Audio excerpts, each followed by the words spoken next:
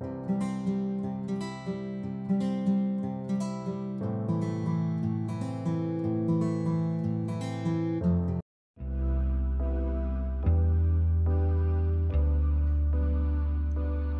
planner friends, thanks for checking out my video. I'm a first-year Hobonichi user and I haven't been using the daily pages as much as I would like to. I currently use them for collections, lists, or brain dump with a few washi strips or stickers, and I don't have the best handwriting. One of my goals in 2023 is to use the daily pages more effectively. Over the next couple of months, I'll be uploading a series of videos on how I'm trying to tackle the challenge of making more aesthetic Hobonichi daily pages. This is not a how-to video, but rather a journey of how one planner is just trying to make some progress and get it right. If you're interested, please click the like and subscribe button. Let's do this. Before we get started, I'd like to call out the 5 different zones that I see on the daily page.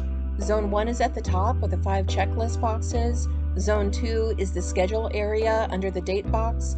Zone 3 is to the right of the schedule box. And Zone 4 and 5 are on the bottom left and bottom right. The first question I have is, what even looks good? This episode will focus on the 10 rules of print layout design. I don't have a background in graphic design, but I'm just trying to glean some tips from the experts. So what is layout design? Simply stated, it's the way your content is arranged on a page. You can choose certain areas of the page to highlight and emphasize, and then create structure for the rest of the page that makes it easy for your eyes to navigate. Rule number 1 is proximity. Proximity is using visual space to show relationships. Anything that is related is grouped together. Anything that is not related is grouped separately. As planners, we do this all the time. We draw a line or a box, or we slap a sticker on a page, and any information that we put in that area has instant proximity. Proximity can help when you're working on long-term planning or planning an event with multiple parts. Let's use trip preparation as an example. Say you book your flight a few months in advance of the trip, your hotel reservations a month or so later, and then you start a packing list a week or so before you head out. Rather than recording this information on separate dates in your daily pages, you should pick one date to combine all of these elements together with a defined border and a header so you can find them easily and refer to them later. Rule number 2 is white space. White space is the negative space that you leave between your handwriting, your artwork, and the outer margins of your page. There's no one way to use white space correctly, but it's really good to understand its purpose. White space helps you define and separate different sections or zones of your page, and it gives anything that you write a little room to breathe.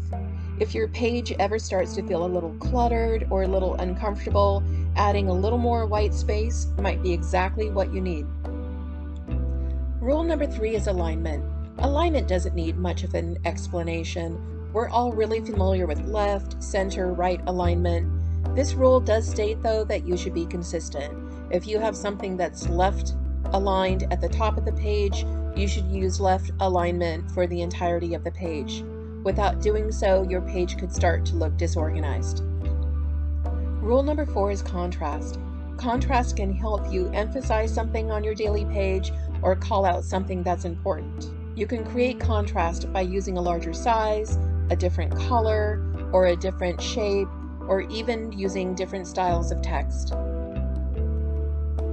Rule number 5 is hierarchy.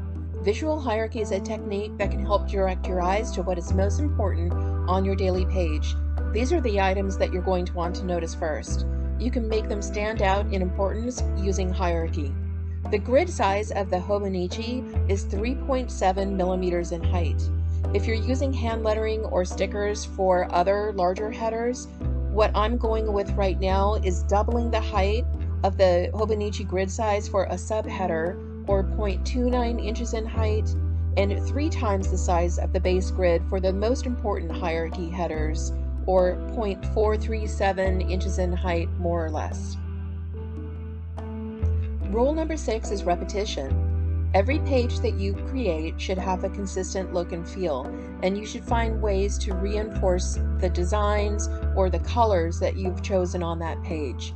So whether it's washi, highlighters, fine lighters, ink colors, whatever you choose, you should try to be consistent across the entire page. If you've chosen a specific header style, use that style every time. It's not just for aesthetic reasons. Being consistent can make your page easier to read. When your eyes know what to expect, they can relax and focus on the content. But repetition doesn't mean that every page has to look cookie cutter. Zone 3, for example, is quite large. You can keep zones 1, 2, 4, and 5 and change things up a bit. In this example, zone 3 has been split into 2 vertical columns, 3A and 3B. Zones 1, 2, 4, and 5 remain the same and stick to the rule of repetition, while you get a little variety by splitting zone 3. This next example also sticks to the rule of repetition, but it substitutes a circle with white space around it in zone 3 for added emphasis. Rule number 7 has to do with lines. Lines are shapes that connect 2 or more points, like when you create a mind map, for example. When working with lines, it's really important to pay attention to things like weight, color, and style. These subtle differences can have a big impact on your overall page design. Rule number 8 are shapes and image. Shapes fall into 3 different categories: geometric shapes like squares, rectangles, circles, and organic, where the shapes are more free form, such as found in nature. The third category is icons. Rule number 8 also looks at the type of images that you choose in your design. In this example, we have images of boho, kawaii, and basic. The rule number 8 says that if you use organic designs, you should use organic on the whole page. If you use geometric designs, you should focus on geometric. If you start with boho images, the entire page should be boho. If you're using kawaii on your page, it should be completely kawaii. Consistency is the key. Boho kawaii is a no-go.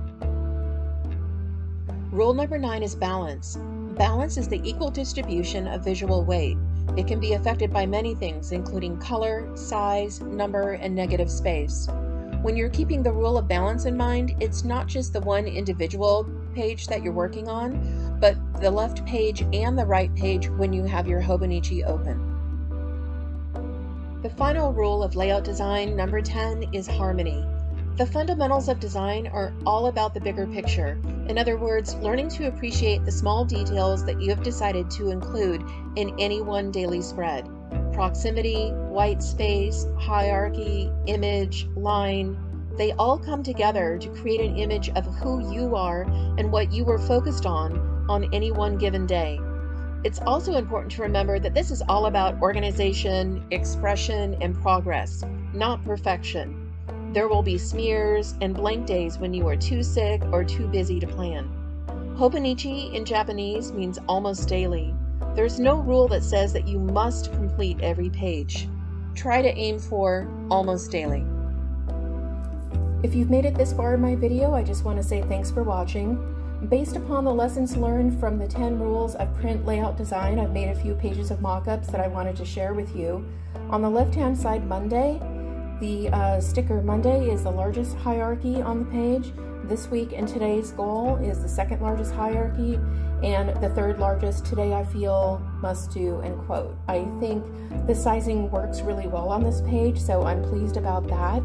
I don't like how much stickerage there is on this page. I just think that because in 2023 the English version only comes in the full-size, full-year cousin, I just think that the book would get too bulky doing this on a daily basis, so I'm definitely gonna scrap any large stickers like that and just go with more of the outline that you see on the Tuesday side. On these 2 pages, I used this schedule area as like a sort of a to-do tick list for this week. I did stickers on this side, and then I used my zig on the other side, again trying to get away from the bulky stickers because I think it's just too much for the 2023 book. And yeah, I actually like this. I think this is doable. Before, I was a little intimidated when I looked at an entire page and I didn't know how to structure it. Did I have enough of anything to really, you know, fill in the entire page every day? But now when I look at these 2 pages, I think it's really doable. I can find a quote. I can write some things that I must do. I can fill in the little, you know, face with whatever sort of, you know, mouth, however I'm feeling for today, and sort of journal a little bit. And I can write about today's goals. So, you know, these are just example headers. But yeah, I like this. I think it's doable. I don't have any washi, I don't have any stickers. It's just very minimalist, but I think this is a good start. This hits proximity, it hits white space, it hits hierarchy, shapes. You know, I'm using all geometric, repetition is there, balance is there, you know, alignment. These are left aligned and these are bottom aligned in harmony. So I think everything is hit on these 2 pages pretty well. I've got 2 more mock-ups. Again, greatest hierarchy Wednesday, Thursday at the top. I did not put any other stickers on this page because I thought maybe I would try my hand at doing some hand lettering. I don't know. But anyways, rather than using just all boxes on these pages, I did 1 rectangle and then I did a circle. And I wasn't going to use any stickers, but I had a smear right here, so I stuck one in to cover it up. So I have some white space here and some white space here for sort of balance. I didn't want to overdo it. And I'm not sure if I'm going to use this as a schedule or as a to-do list. So I'm kind of thinking, let's try both and see what works.